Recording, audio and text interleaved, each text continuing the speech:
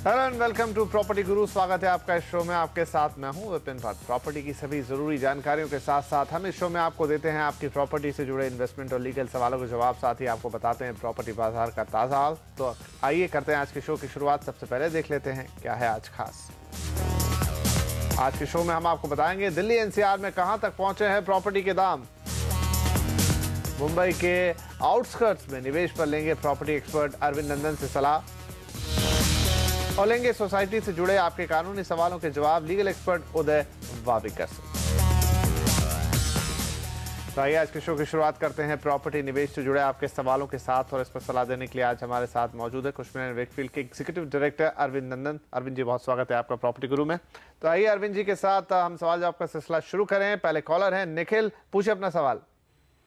नमस्कार साहब जी, मैं जयपुर से हूं साहब, और मैं टाटा हाउसिंग के जो बॉम्बे के दो प्रोजेक्ट्स हैं, बोईसर और अमंत्रा जो कल्याण में हैं, उन दोनों में as an investment for the next coming 3 years के लिए मैं जानना चाहूंगा और क्या प्राइस में मेरे को अभी वो चीज मिलेगी।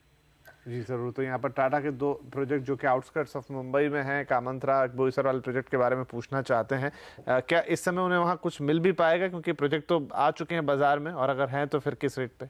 सही कहा विपिन जी आपने। प्रोजेक्ट यहाँ पर 2011 से करीब आ चुके हैं।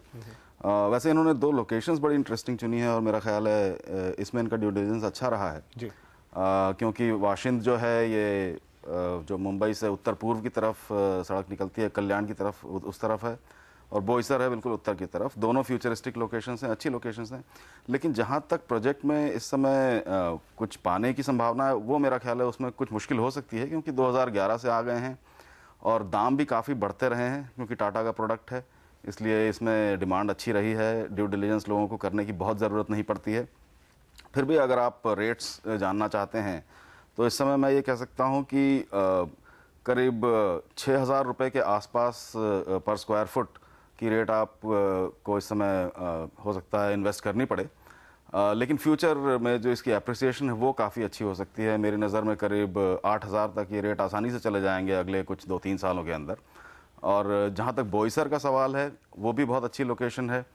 वहाँ पर इस समय आप 15 लाख के आसपास इन्वेस्ट करके 1 BHK आपको मिल सकता है, बशर्ते अवेलेबिलिटी हो। उस पर आपको ज़रा रिसर्च करनी पड़ सकती है। यहाँ पर अब आगे बढ़ेंगे। अगले कॉलर है हमारे पास बंगलुरु से पुनीत अवस्थी जी। अवस्थी जी, पूछिए अपना सवाल। नमस्कार सर, मैं यहाँ पे आईटी फील्ड में कार्यरत हूँ और मुझे 2 BHK फ्लैट की रिक्वायरमेंट है माराथली और व्हाइटफील्ड एरिया में, और मेरा बजट अराउंड 40 लाख के अराउंड है। तो आप कुछ अच्छे बिल्डर्स सजेस्ट कर सकते हैं जहाँ पे मुझे फ्लैट मिल सकता है 2 BHK?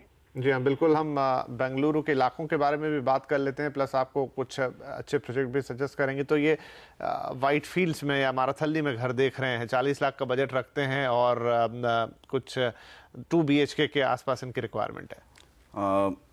पुनीत जी, ऐसा है कि आपने लोकेशन जिसका नाम लिया है वो अच्छी लोकेशन है। इनफैक्ट बैंगलोर में कई ऐसी अच्छी लोकेशंस हैं जहाँ पर आप इस समय इन्वेस्ट करें और भविष्य में आपको एप्रिसिएशन मिल जाए, इसकी संभावनाएं होती हैं। बजट के लिहाज से मेरा ख्याल है थोड़ी सी आपको परेशानी आ सकती है अगर आप किसी रेप्यूटेड बिल्डर के पास जाना चाहते हैं। माराथली, व्हाइटफील्ड, इन सभी इलाकों में सलारपुरिया और पूर्वंकरा इस तरह के बड़े नाम वाले डेवलपर्स हैं, लेकिन उनकी प्राइसेस इस समय करीब 6,000-7,000 रुपये पर स्क्वायर फुट की प्राइसेस हैं, जो शायद आपको इवेंचुअली 40 लाख में पूरा अपार्टमेंट ना मिल सके। लेकिन मेरा ख्याल है सेकेंड ईयर डेवलपर्स की कुछ प्रॉपर्टीज़ भी वहाँ पर आपको मिल सकती हैं।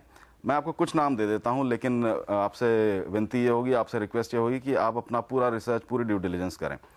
तो मारथली के लिए मेरा ख्याल है आप सोनास्ता सिल्वर ओक को देख लें, जिसमें कि करीब 3,250 रुपये के आसपास के रेट हैं इस समय पर स्क्वायर फुट। इसके अलावा श्री शोर्स आइकन है, पवानी लेक व्यू है। इन 3 प्रोजेक्ट्स पर आप एक नज़र डाल सकते हैं। व्हाइटफील्ड में आदित्य प्रेस्टीन है, आदित्य सीरीन है, परिमला सनरिज है और ग्रीन विले है। ये सारे के सारे करीब 2,800 से लेकर 3,200 रुपये पर स्क्वायर फुट की रेंज में इनके प्राइसेस हैं, और यहाँ पर हो सकता है आपके बजट के अंदर आपको प्रॉपर्टीज़ मिल जाएं, लेकिन आप ड्यू डिलिजेंस ज़रूर करें, अच्छी तरह से रिसर्च कर लें। और अब एक ईमेल हमारे पास है, गोवा से आया है, रितेश काबले साहब ने भेजा। पूछना चाहते हैं कि 25 से 30 लाख के बजट में उन्हें घर लेना है, लेकिन नागपुर में निवेश करें या मुंबई में, इस दुविधा में। और दूसरा ये कि सबर्ब में अगर देखें तो बदलापुर या फिर नवी मुंबई, इनमें से कहां पर निवेश करना बेहतर रहेगा अगर मुंबई का ऑप्शन चुनते हैं तो? इनके लिए क्या सलाह होगी अरविंद जी? ये भी एक दिलचस्प प्रश्न है और मैं थोड़ा सा इसमें डिटेल में जाना चाहूँगा विपिन जी। जी बिल्कुल।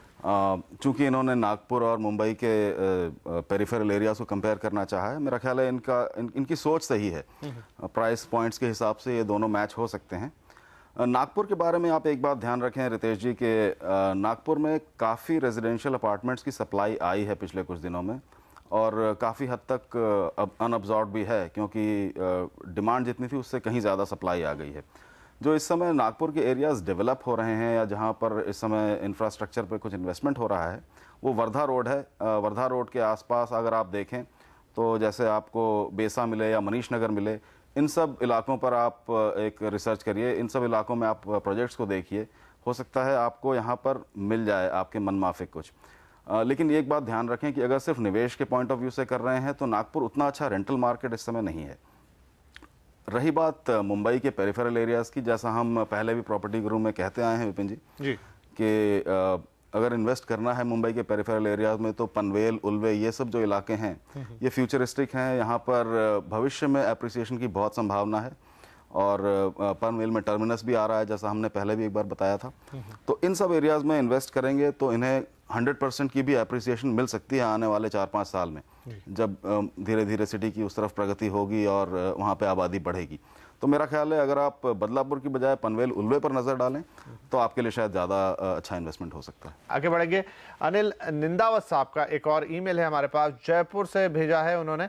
पूछना चाहते हैं कि अजमेर हाईवे पर काफ़ी नए प्रोजेक्ट पर काम हो रहा है, यहाँ पर क्या यहाँ निवेश करना फायदेमंद होगा? अरविंद जी, काफ़ी हाइप्ड एरिया है ये, जो जयपुर अजमेर वाला पूरा रोड है, काफ़ी बड़े प्रोजेक्ट्स भी इस पर आ रहे हैं, लेकिन दाम भी वहाँ काफ़ी बढ़ चुके हैं। तो आपको क्या लगता है कि यहाँ पर इस वक्त निवेश अभी भी वहाँ पर उतना ही अट्रैक्टिव है? आपने एक तरह से प्रश्न के साथ कुछ जवाब के हिंट्स दे दिए। इस बेल्ट में निवेश करने का टाइम कुछ समय पहले बहुत अच्छा था जी, जैसा आपने हिंट भी दिया है कि ये डेवलपमेंट काफ़ी यहाँ पे आगे बढ़ चुकी है और हमने पहले भी बात की है। लेकिन अब जो है अगर आप इन्वेस्टमेंट करते हैं तो अब भी एप्रिसिएशन मिल सकती है अगर आपको वाजिब सही प्रॉपर्टी मिल जाए, लेकिन अब आपकी एप्रिसिएशन जो हो सकता है वो उतनी बहुत ना हो, 20-25 या 30% तक आप एप्रिसिएशन की उम्मीद रख सकते हैं। लेकिन अगर आप बड़ा इन्वेस्टमेंट और बड़ी एप्रिसिएशन चाहते थे तो वो समय कुछ पहले था। राइट। और इसी के साथ अब हम प्रॉपर्टी निवेश पर सवाल जवाब के सिलसिले को यहीं खत्म करेंगे। अरविंद जी, आपका बहुत शुक्रिया, आप आए और आपने हमारे दर्शकों के सवालों के जवाब दिए। लेकिन अगर आपके मन में भी प्रॉपर्टी इन्वेस्टमेंट से जुड़े सवाल हैं तो आप अपने नाम, पते और फोन नंबर के साथ हमें लिखें pg@moneycontrol.com पर, और आगे आपको देंगे आपकी प्रॉपर्टी से जुड़े लीगल सवालों के जवाब लीगल एक्सपर्ट उदय वाविकर के साथ। लेकिन उससे पहले आइए देख लेते हैं कि देश भर में प्रॉपर्टी किस कीमत पर बिक रही है।